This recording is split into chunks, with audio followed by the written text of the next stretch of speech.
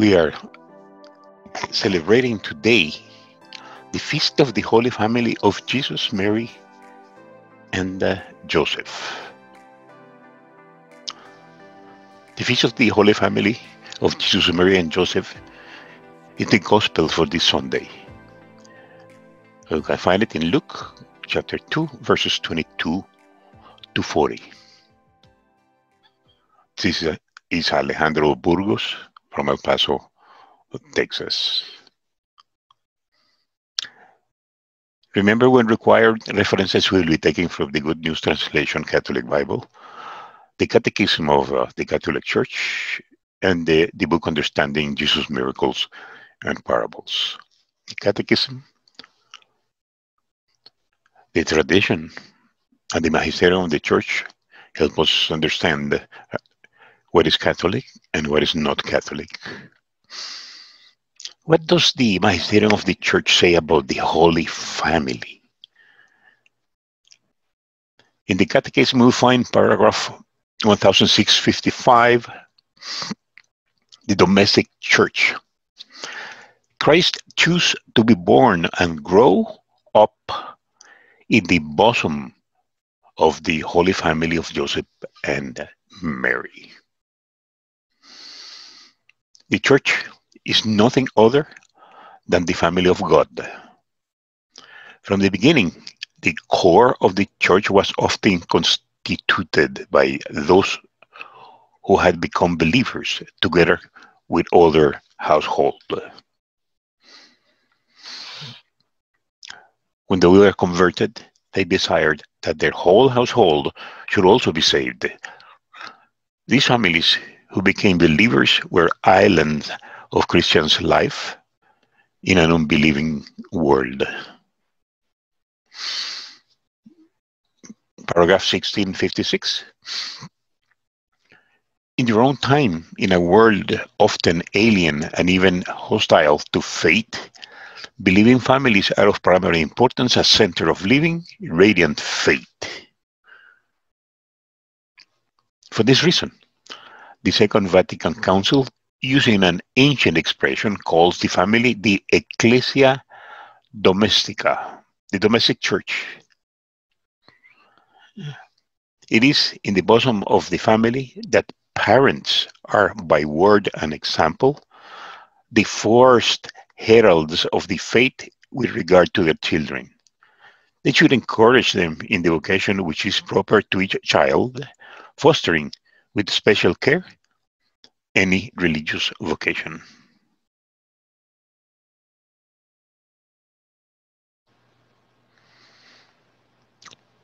When we deconstruct the Gospel for this Sunday, in Luke 2, 22 to 38, Jesus is presented in the temple. The time came for Joseph and Mary to perform the ceremony of purification as the law of Moses commanded. So they took the child to Jerusalem to present him to the Lord. As it is written in the law of the Lord, every firstborn male is to be dedicated to the Lord. They also want to offer a sacrifice of a pair of doves or 2 young pigeons as required by the law of the Lord.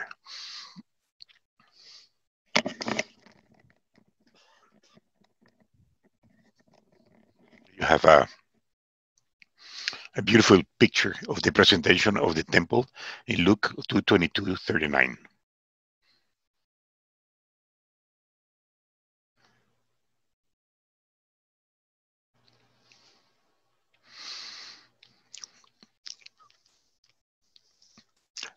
At that time, there was a man named Simeon, not Simon, Simeon, living in Jerusalem. He was a good, God-fearing man and was waiting for Israel to be saved. The Holy Spirit was with him, and he had assured him that he would not die before he had seen the Lord's promised Messiah. Led by the Spirit, Simeon went into the temple. When the parents brought the child Jesus into the temple to do for him what the law required. And here you have baby Jesus, Mary, and Joseph, and Simeon, who was waiting at the temple to meet with the Messiah. Simeon took the child in his arm and gave thanks to God. Now, Lord, you have kept your promise, and you may let your servant go in peace. With my own eyes I have seen your salvation, which you have prepared in the presence of all peoples, a light to reveal your will to the Gentiles and bring glory to your people Israel. Again, here you have a beautiful picture of Simeon with the child Jesus in his arms. And there was another prophet there. The child father and mother were amazed at the things Simeon said about him. Simeon blessed them and said to Mary, his mother, this child is chosen by God for the destruction and the salvation of many in Israel. He will be a sign from God which many people will speak against, and so reveal their secret thoughts. And sorrow, like a sharp sword, will break your own heart.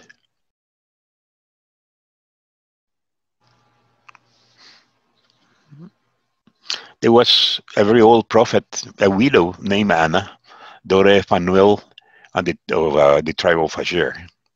She had been married for only 7 years and was now 84 years old. She never left the temple. Day and night she worshipped God, fasting and praying. That very same hour she arrived and gave thanks to God and spoke about the child to all who were waiting for God to set Jerusalem free.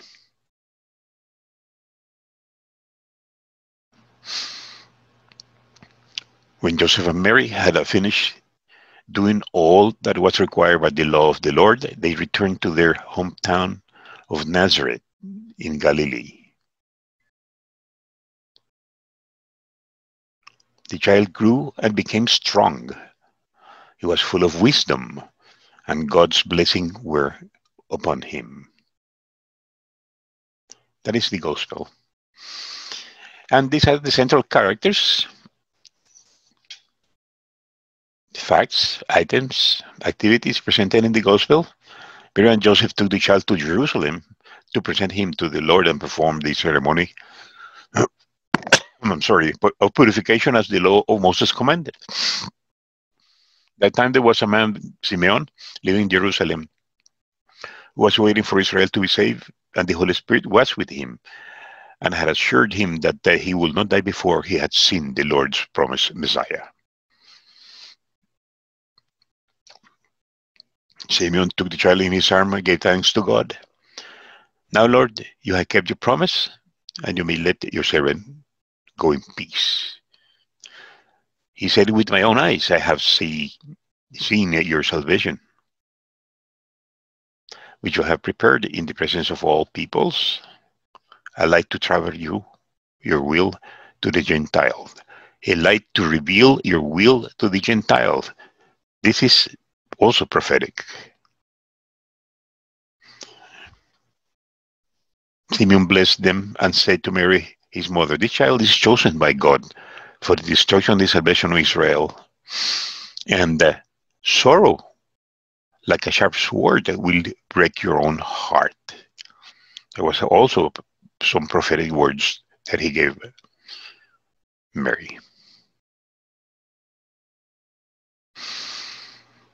There was also present a very old prophet, a widow named Anna, daughter of Phanuel and the tribe of Asher. At the very same hour, she arrived and gave thanks to God and spoke about the child. There were two prophets present at that morning. When Joseph and Mary had finished doing what was required by the law of the Lord, they returned to their hometown Nazareth in Galilee, When the child grew and became strong, he was full of wisdom, and God's blessing were upon him. Those are the central characters and the facts and items and activities that we can see in this gospel.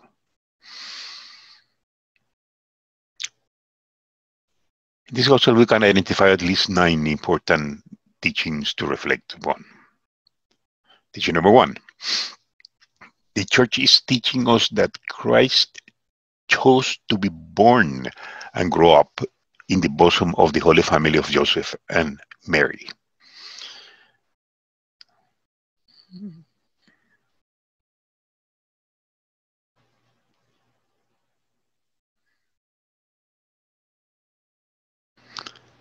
In the bosom of the family, parents are by word and example the first heralds of faith to their children. So we have the Holy Family giving us an example to form our Christian families.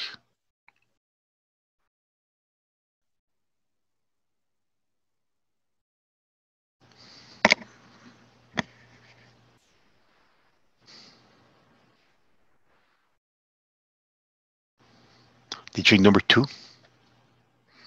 The church is nothing other than the family of God. The family is central to God's plan. The Second Vatican Council called the family the Ecclesia Domestica, the domestic church, from the documents of the Second Vatican Council.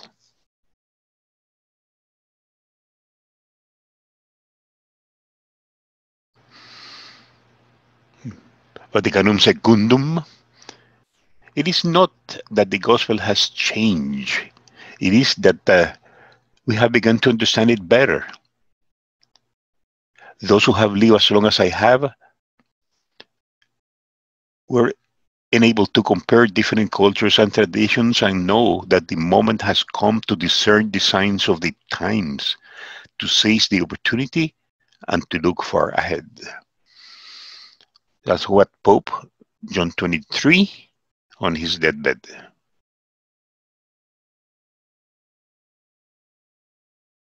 The month was October 1962. And this is a partial picture of the Second Vatican with all the bishops and church dignitaries in Rome.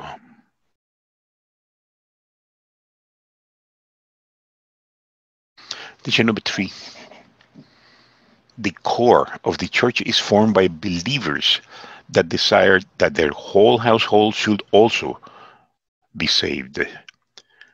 Believing families are of primary importance as centers of living radiant faith in a world often alien and hostile to faith.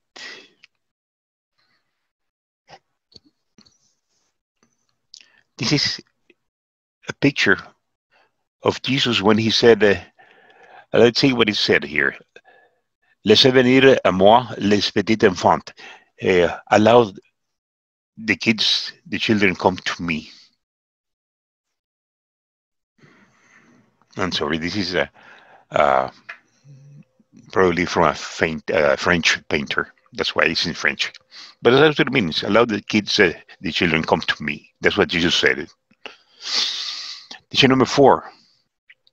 The families of believers are islands of Christian life in an unbelieving world. Since the beginning, you see pictures of families alongside with children. The Holy Family is the archetypal of a model of a Christian family.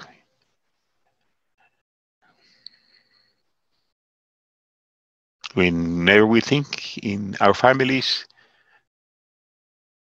we can see always the Holy Family as the model to raise our own. Teaching number 5.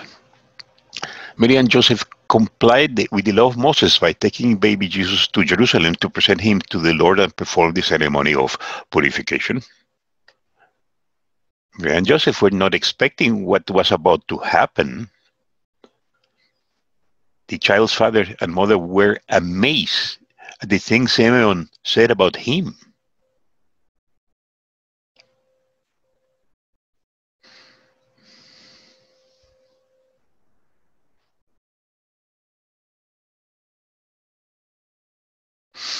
Teaching number 6. Simeon blessed them and said to Mary, his mother, "This child is chosen by God for the destruction and the salvation of many in Israel." Both prophecies were accomplished. The salvation of many people in Israel that believe in him, and the destruction of the temple and the diaspora of the Jewish people in the year 70. Here you have Simeon again, with baby Jesus in his arms.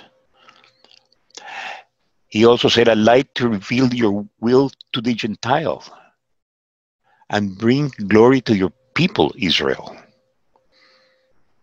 These are also prophetic words that Jesus was going to reveal his light to the Gentiles. In John 8:12, we read again, "Therefore Jesus spoke to them, saying, I am the light of the world. He who follows me will not walk in the darkness, but will have the light of life."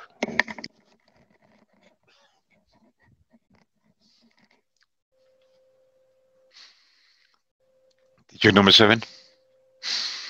Simeon also said to Mary, "And sorrow like a sharp sword will break your own heart." It was a prophetic revelation.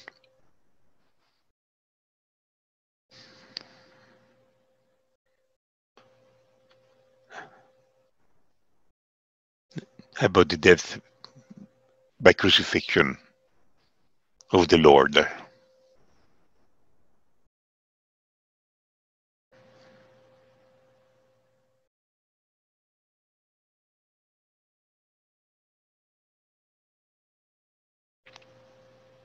There is the famous sculpture, La Pietà.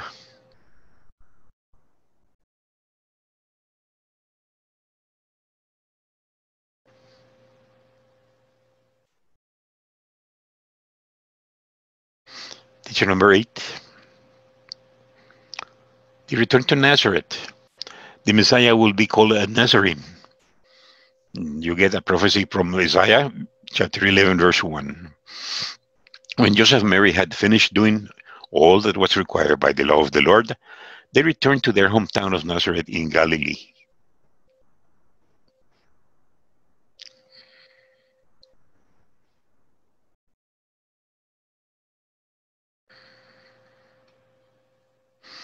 Teaching number 9. The children grew and became strong. Of course he played. And he also learned a trade from his adoptive father, Joseph.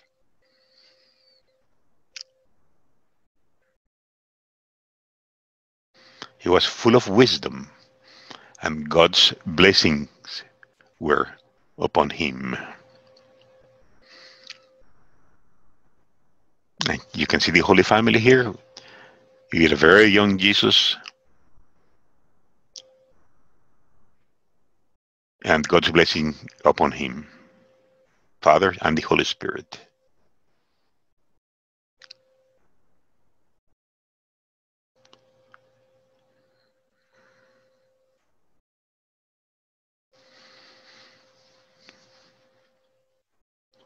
Some key concept that you may find useful to remember from this gospel. Jesus Christ chose to be born and grow up in the bosom of the Holy Family of Joseph and Mary.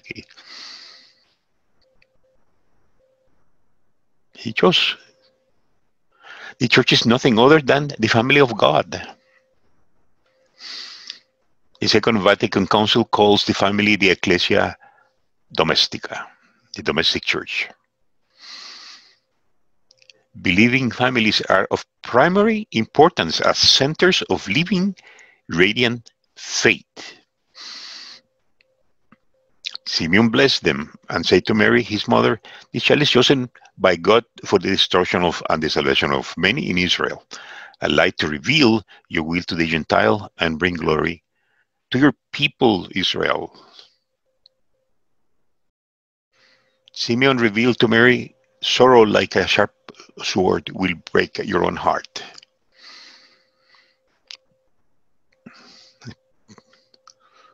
Joseph and Mary returned to their hometown in Nazareth in Galilee, where the child grew and became strong, and he was full of wisdom, and God's blessing were upon him. Just like the prophet said, the Messiah will be called a Nazarene. Isaiah 11:1.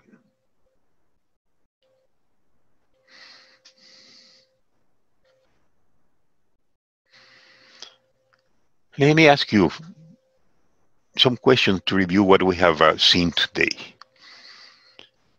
Where did Jesus choose to be born and grow up? The clue, not a geographic place.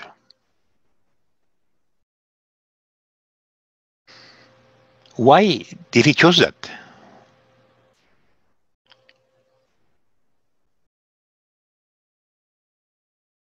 Why did Mary and Joseph travel with baby Jesus to Jerusalem?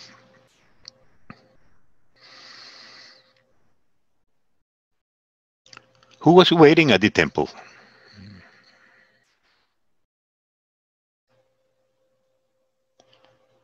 Why he was waiting?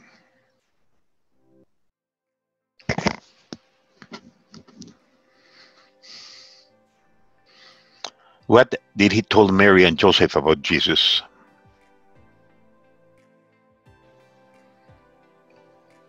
What did he reveal to Mary?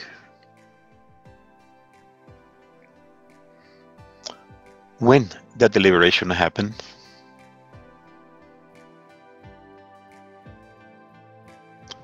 What does the church call families of believers?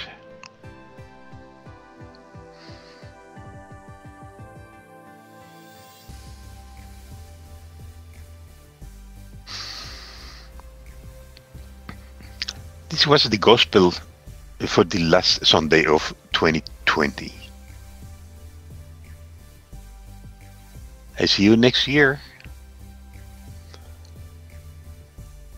and I wish you all a blessed and happy 2021.